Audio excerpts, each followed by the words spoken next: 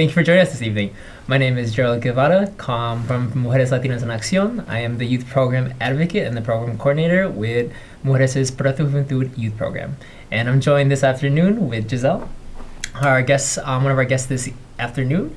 Giselle, could you give us, just to get the audience to get a feel for who you are, could you say your full name and what school you go to and how old are you? Well, my name is Giselle Rico. I am going to attend for freshman year Cristo Rey High School, and I am 13 years old. Perfect. So before we get started, for our audience out there, I wanted to kind of give a quick intro into Mujeres Latinas en Acción, and then get an opportunity to hear from the youth program in particular, or Proyecto Juventud, also otherwise translated as Project Youth. So for those out there in our audience this afternoon, Mujeres Latinas en Acción is a community-based organization that works out of the Pilsen neighborhood of Chicago on the Lower West Side. Primarily, a lot of the work that Mujeres does is really in addressing sexual violence as it pertains to domestic violence in particular, as well as sexual assault, and looking to really provide services that are culturally sensitive to the Latino community. And thinking about the work that Mujeres does, really is the mission is the idea of empowering Latinos and their families. One avenue that when Mujeres does that is working with youth in the community. And this is where Proyecto Juventud comes into play. One Project Youth has been around for a while, and Giselle has been a long-time participant. Giselle, I think this would be a good opportunity as well to kind of have our audience this afternoon get a sense as to how is it that you got involved in the youth program or Project Proyecto Juventud, Project Youth, and also I understand we call it by PJ as well. So how did you find yourself enrolled in the program? Well, I actually was in a program before PJ. It was called Peace Program. That was for kids ages 6 to 12. And once I turned 12, I transitioned to PJ, and that's where everything started. Awesome. So, one of the things that I'm curious to have I'll have also our audience get a feel for understanding is, can you kind of give us a picture as to what are kind of the services that PJ offers at the youth program? Well, some services that PJ offers is skit that's called Stress Keeping It Together, and that helped me so much because, when I have to focus everything around school, and I also have to try to balance everything between my personal life, homework, grades, trying to keep all my grades up, and trying to make my mom proud. Awesome. So, as the youth program advocate and coordinator, one of the things that I have the honor of getting and the privilege of working or doing, and as part of my work, is working together with students like Giselle here. Knowing that Giselle has been a long-time community member of Pilsen, correct? Giselle, how long have you lived in the Pilsen community? I've been living here my whole life. Awesome. And I can imagine, life has changed, since as early as you can remember, correct? Mm-hmm. Right? And I think that's really kind of captures a little bit of really the fact that Mujeres really centers itself on being a community-based organization, and working with residents of the community in particular, as mentioned, Pilsen. One of the things that, Giselle, if you could give us a chance for our audience to get a sense of what your experience has been like with the youth program, could you tell us a little bit more, or tell our audience out there, what are some highlight moments for you in being part of PJ? Or another way to put it is, what have been some really memorable experiences for you? Well, one of the memorable experiences that I have had is back in April for Sexual Awareness Month. Mujeres had an auction where all of us, the students, made a art piece, and it was being auctioned off to tell the people about sexual awareness. And my piece actually got sold, which it got sold for way higher than I thought it would sell, which actually made me myself proud. and Awesome. my mom was also proud of me. And for our audience out there, just to add some further detail to the event actually that Giselle was a huge contribution to. So as part of the work that Mujeres does is educating the community and the city of Chicago on the realities of domestic violence and sexual assault. So back in April, as mentioned, Giselle had mentioned, Mujeres had held an event that really highlighted the prevalence and the importance of combating and preventing sexual assault, as April is Sexual Assault Awareness Month. And Giselle had the great honor, as well as PJ, being a factor in really having youth kind of share their opinions on sexual assault and why it's important for young people, but important for people to talk about. And so Giselle, artist herself, had the opportunity to express that in a canvas piece. And with that surprise, or actually no surprise really to me, that it really captured a lot, and it was auctioned, as Giselle mentioned, it was auctioned off and ended up making a pretty good amount of money, right? That one was contributed towards the work that Mujeres does. So it's just an awesome job. Very proud of you.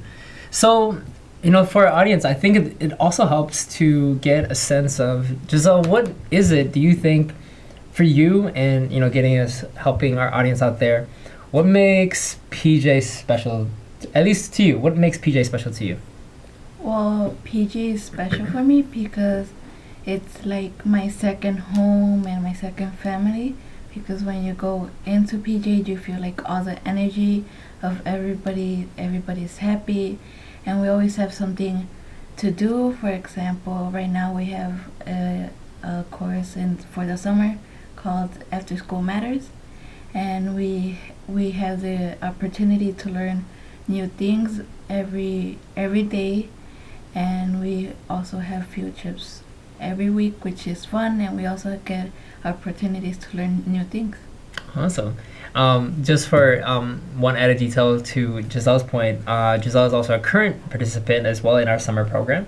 So Mujeres happens to have a number of different locations, 3 locations in total. One is located out in the suburbs in the Riverside, and then we have another one, like the administrative building on 21st Place over here still in Pilsen. And then there's our youth center, which is where really Giselle and I hang out most of the time. And so that really kind of captures the physical space, right? And Giselle had mentioned it's kind of a home away from home, a second home for a lot of students.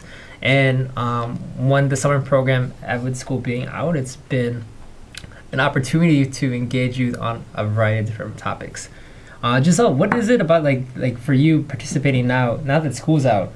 What is it about, at least so far to you, what has been something that you've learned so far?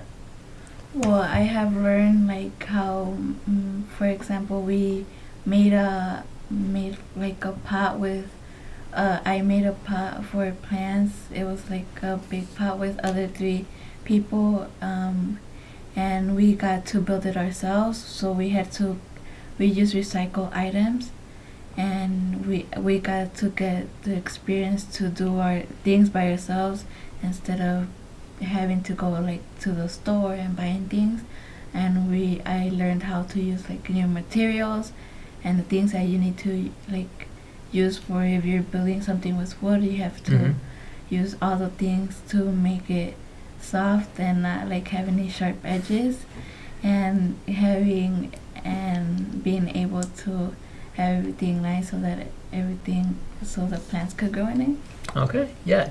And for our audience, I think another great thing that really makes PJ unique is that students that are participating in our summer program this year are getting the opportunity to really learn about engineering. So one of the things that we'll get opportunity later this afternoon is that we'll hear also from other participants that are currently enrolled in our youth program as to all the different components of our youth program that cater to supporting youth that are interested in the STEM fields. For those that don't know, STEM referring to science, technology, engineering, and math.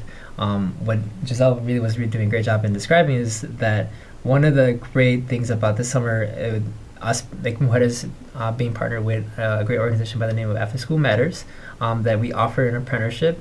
Ours in particular being named PJ Green Technology and Engineering. And one of the current projects that has been in the works as of at the start of this summer program, just a couple weeks ago, is designing basically an urban garden. using the space that we have at the youth center. And so Giselle, one in engineering in the making, was part of a small group of her peers designing and installing basically what would be essential pieces for a garden that would one be able to grow not potatoes, fruits, vegetables, obviously organically grown, and something that's just easily accessible for the youth at the center. So that kind of gives like a taste of what really we're introducing our youth in the community to, the fact that one of the big pieces is STEM. Giselle, I think as a closing note, could you kind of give us the audience and a sense of what is it about PJ? How has it shaped you and in the way that you see yourself now, and how you see that shaping like your future? Well, PJ has made me see how I see myself in the future, because they really encourage us to go, like, to even though our parents do not make all the money in the world, to try to at least go to college, which could be great because maybe you have younger siblings and you could show them that going to college is one of the greatest things you could ever do. You will have an education and a job so that you could go on with your life. And also, even though your parents don't do all the money in the world, Mujeres has scholarships for all the students that are going to university, so that we could get an education. Yeah. So just I think that you right there in that statement alone that captures a lot of different things that even like the youth program is really introducing to other youth in the community. So for our listeners and viewers out there, this is just like one point of view. And so actually, Giselle, let me first thank you before we segue into our next guest as well. One for giving your thoughts and opinions on what your experience has been so far at PJ. Thank you.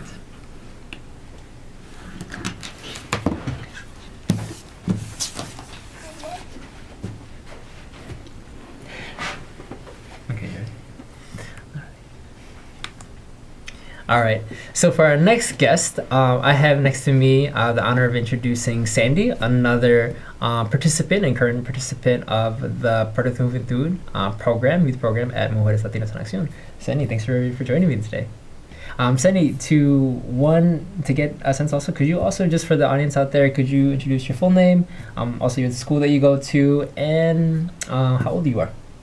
Hello, my name is Sandy Antunes-Blas. I go to Chicago Bulls College Prep, and I'm 15. Awesome. So Sandy, I know our previous guest Giselle, right? Also a friend of yours. Could you also give us a sense, at least for you, what was your story and how you got involved in enrolling in PJ at Mujeres? Well, I needed to do community service for my 8th grade year, so my mom recommended me to join Mujeres to do some community service and interact with other students. So once I entered or enrolled the program, I started seeing variety groups that I'd love to join. So like, for example, I joined SKIT, which is stress keeping it together, and they taught me how to keep myself managed and having stress calm down and everything to have my life managed. Awesome. So it sounds to me then that that this group called SKIT, right, has been a big piece. For our viewers out there, one of the key pieces that we find valuable and important in really working with youth in the community is that even though one component of our youth program is centered around introducing and cultivating youth in the areas of STEM, or science, technology, engineering, and math, we also see it at Mujeres in our youth program equally valuable to really support young people and youth in the community on their mental well-being and emotional well-being. And so one of the things that we offer is that in collaboration together with a great organization by the name of the Children's Research Triangle, whom we're partnered with, we have certified trained staff that work in providing group services that cater in creating a safe space for youth to figure out ways to manage stress, as Sandy, you mentioned, and that's something that really makes adds another layer to the youth program. Sandy, is there anything other services that you were a part of that were pretty impressionable for you during your time and in your time at PJ? Well, there was this partnership that Mujeres has with After School Matters, Okay. which is ASM, and I decided to join it because I heard there was engineering and a lot of filming with the the teachers that we had there. Okay. And once I got a taste of it and I learned more about engineering, I actually used some of that skills from my teachers and I used it in my life. So when I needed help from my dad, I always try to use what I learned and enroll into him. So I got a taste for home. What was one of those things that you learned from like the program that you were able to? You said you were helping out your dad. What was something that you learned that was helpful? So one of our teachers taught us how to like use wiring to make electricity in case something breaks, and some technical problems that my dad was having trouble with. I learned from my teacher and I enrolled at and trying to fix it instead of going like an employee and wasting more money. I could use what I learned and try to save some money there. Okay, so it sounds to me that the instructors. Could you also give it like one shout out to our instructors? Who are those instructors that were really influential in part of this program, or part of this like learning process for you? It was first Matt Smith and Miguel Patino, thank you. Yes. So those are two additional staff. So it goes without saying that part of the youth program, there are obviously more youth than there is of staff. But one of the things that really makes it key is that we have an incredible team that work with our youth in introducing them to a variety of different things. And credit to our instructors and facilitators that have worked with us over the years, in that they really add a different element or dimension to our youth program in introducing youth to the areas that they've developed themselves professionally. In the case of the two instructors that Sandy here has mentioned, one happens to be an engineer in training, electrical engineer in training, who's worked in the field for over 20 years, and then another student, another teacher instructor that works in the area of film and who's really introduced that component of the arts and how the arts is a really key piece in complementing STEM in general. And so Sandy, like, it sounds to me though, with everything that you were involved in, with Skip being one of them, another one being the After School Matters apprenticeship program at PJ, that STEM is a really key piece in the youth program. For you, what's your opinion or take on how STEM has kind of shaped you? Well, it has made me more of a better person. Like, what I mean by that is that I learned more skills. I learned more things about technology that I wasn't able to learn in my school. So After School Matters actually helped me learn to become more embracing in the technology that we have right now. Okay. So like the wiring or using like the Arduino program, which is like a software that we use, that actually let me learn more, and that might be helping me lead into engineering as one of my careers. Oh, nice. And one of the things, Sandy, that I know about you, and this is more of a chance to have our viewers out there get a chance to really get to know you, is, I really like the question of asking teens, and this is something that we do at Mujeres, is, there's a unique sort of culture to what makes PJ. Sandy, in your own words, for you, what has been a memorable experience or a highlight for you in your time at PJ?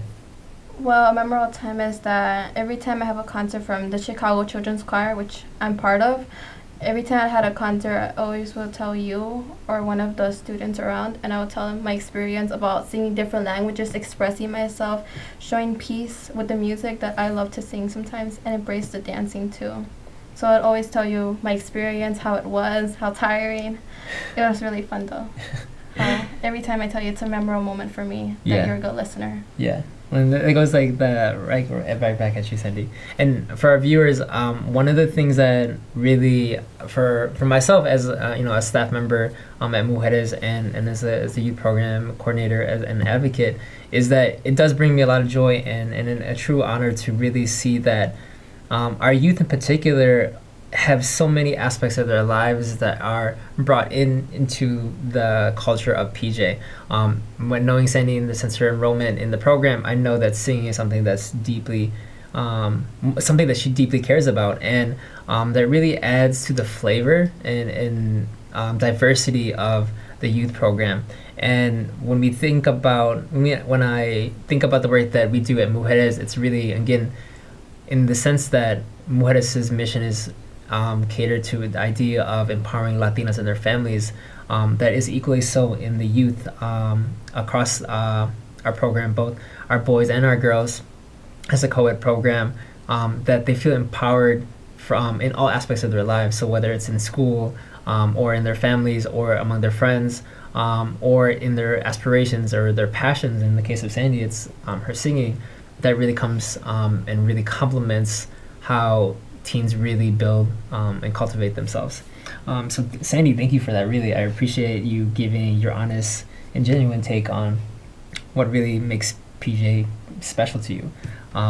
So one of the things to segue to our next guest and our final guest for this afternoon is that Sandy is a huge piece to making it really stand out.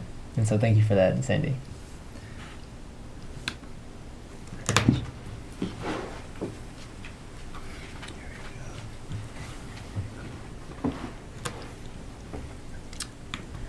All right, and so for our final guest for this afternoon, I'm joined with Estefania, another participant of our youth program at Mujeres Latinas en Accion. Estefania, just as a quick intro to you, could you tell our viewers out there your full name, as well as your school, and how old are you? Well, my name is Estefania Martinez. I go to Chicago High School for Agricultural Sciences, and I'm 17 years old. All right.